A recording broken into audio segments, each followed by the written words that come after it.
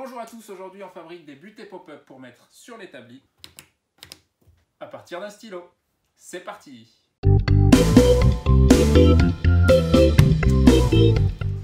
Alors on commence par dépioter un petit peu le stylo.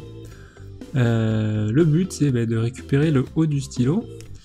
Et voilà, j'ai tout cassé mais la partie haute est intacte. Je précise que ça dépendra du stylo que vous utilisez si jamais vous voulez faire la même chose. Moi j'avais bien vu qu'il y avait une partie qui serait intacte avec le mécanisme en haut. Donc à vous d'adapter.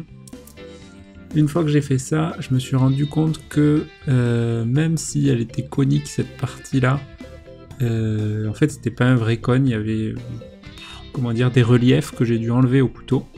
Donc là c'est ce que je fais, et en plus je m'assure que le diamètre est un peu plus petit parce que j'avais un forêt un peu trop petit. Une fois que c'est fait, j'ai pris donc mon cylindre de bois, et j'ai cherché le centre, je l'ai marqué avec le reste du stylo, et là c'est le moment de déplacer tout dans l'atelier pour avoir accès à la perceuse à colonne au-dessus de la presse. Une fois que tout est en place, je vais pouvoir percer le premier trou. Et là, je perce à vue d'œil la profondeur. Je sais à peu près que j'ai besoin de 5 mm, donc je fais à bisto.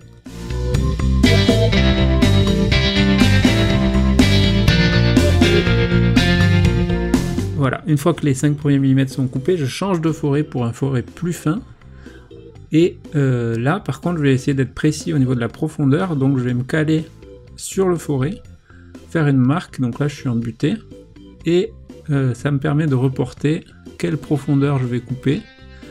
Il suffit en fait de noter la différence de hauteur au niveau de la presse, ce qui me permet de couper uniquement la partie du haut du stylo, comme vous pouvez voir là. Donc le but c'est de faire un trou qui correspond. Alors c'est pas évident avec une perceuse à colonne manuelle comme j'ai, j'imagine que ce serait super facile avec une perceuse à colonne normale. Mais bon, la mienne est comme ça et on s'en sort toujours.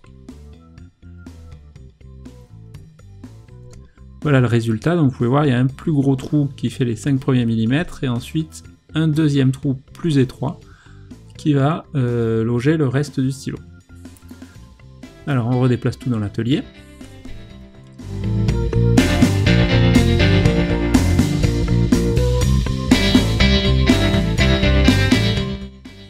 Et maintenant, donc, on peut monter le stylo dans le bout de bois, sachant que ça force un peu et qu'il faut surtout pas oublier le ressort comme j'avais fait la première fois, j'ai dû tout casser et tout refaire.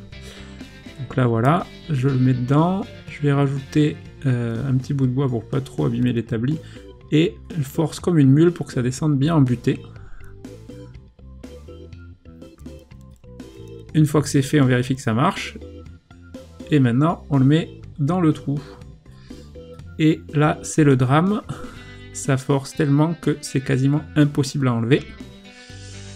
Alors je pense que ça vient du fait de l'expansion du bois, parce que j'ai forcé mon bout dedans. Mais bon, c'est l'occasion d'improviser un espèce de tour à bois maison avec ma perceuse. En gros, je mets la perceuse d'un côté de l'établi, je fais tourner ça, je le maintiens en marche avec les serre-joints, et ça me permet de venir de l'autre côté avec un papier de verre, réduire le diamètre. Voilà, donc une fois que c'est fait, ça rentre parfaitement.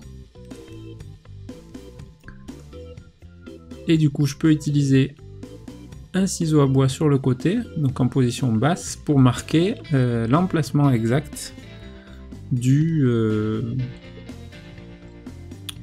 haut de la butée d'établi.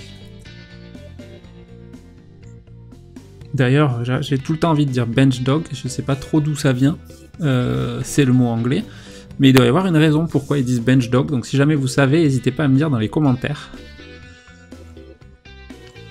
Là, oui, là, donc j'essaye de mettre sur ma planche à recaler, j'essaye de mettre la butée d'établi, et impossible de la faire tenir avec un serre-joint ou quoi que ce soit. Au final, je l'ai tenue à la main.